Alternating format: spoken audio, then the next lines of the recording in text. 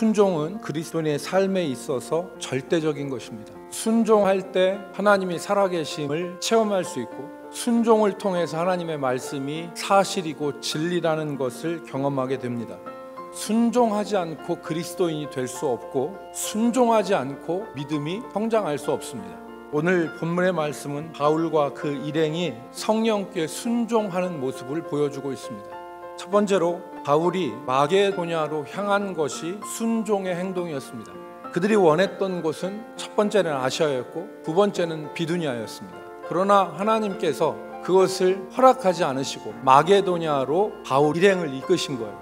자기들의 생각 고집하지 않고 자신들의 삶에서 하나님의 인도하심을 의지했고, 하나님이 기뻐하시는 길이 무엇인가를 고민했기 때문에 이런 성령의 인도하심을 느낄 수가 있었던 것입니다.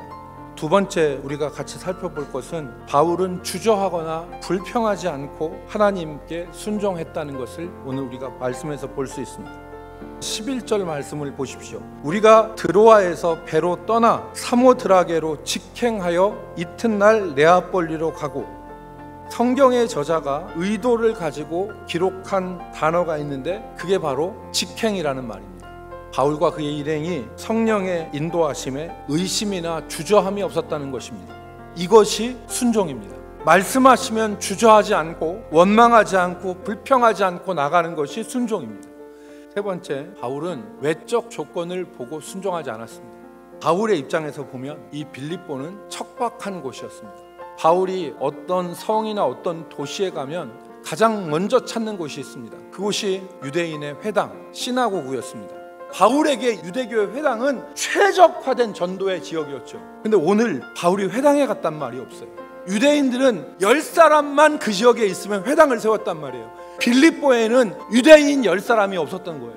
그러니까 바울에게는 척박했던 것이죠. 그래서 바울이 성문 밖에 나가서 기도할 곳이 있는가 찾아봤더니 거기 모여 앉아있는 몇 사람의 여자들을 봤어요. 바울이 이때 하나님을 원망하는 생각도 들었을 것입니다. 저희를 이곳까지 인도하시더니 결국 만나게 하는 사람이 고작 여인 몇 사람 뿐입니까? 이때 당시 여자는 숫자로 치지도 않았어요. 바울이 무슨 생각을 했겠습니까? 굳이 이곳으로 인도하시더니 회당도 없고 여자 몇 사람입니까? 그런데 놀라운 일이 일어났죠. 그 여인 중에 하나가 바울의 말을 들을 때 마음이 열린 거예요. 그리고 그와 그 집이 다 세례를 받고 루디아의 집을 시작으로 빌립보 교회가 탄생하게 됩니다. 순종은 계산기 두드려서 이 하나님 말씀을 순종해보면 이득이 남겠다, 이렇게 해서 순종하는 게 순종이 아니라고 하는 거예요. 하나님의 말씀이고 하나님의 뜻이면 순종하는 것입니다. 그러면 하나님께서 역사하십니다. 빌립보 교회가 어떤 교회냐? 바울 사도가 그래요. 복음을 안 첫날부터 너희가 복음에 참여했다. 이것이 순종이 우리 삶에 미치는 열매입니다. 당장 보기에는 손해보는 것 같고 하기 힘든 것 같지만 성령께서 우리를 인도하실 때 순종하면 순종의 값지고 귀하고 단 열매를 우리에게 줍니다. 사랑하는 성도 여러분, 성령과 순종이라는 말씀을 기억하여 순종의 삶을 사시는 우리 대전 남부교회 모든 성도들이 되기를 주의 이름으로 축복합니다.